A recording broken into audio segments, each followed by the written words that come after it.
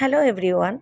As a hairstylist or as a beauty therapist, মোৰ চবৰে ওচৰত এটা ৰিকুৱেষ্ট আছে যে যেতিয়া ক্লায়েণ্টে আমাৰ ওচৰত ৰিবণ্ডিঙৰ স্মুথনিঙৰ ৰুটাচ কৰিব আহে হাফ হৈ যায় যেতিয়া virgin hair and chemical treated hair তো আমি এইটো কেতিয়াও কৰাটো ঠিক নহয় যে এটা ক্ৰীম লৈ পেলাই ষ্ট্ৰেইটনিং ক্ৰীম লৈ পেলাই ৰুট টু এণ্ডছলৈকে আমি একেই ক্ৰীম এপ্লাই কৰোঁ।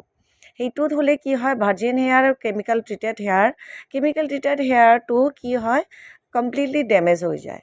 চ' প্লিজ ডোণ্ট ডু চ'।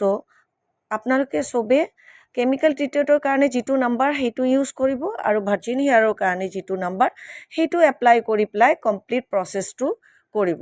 তেতিয়াহ'লে এটলিষ্ট ক্লায়েণ্টৰ চুলিখিনি হেল্ডি হৈ থাকিব, ডেমেজ নহ'ব, ব্ৰিটল নহ'ব।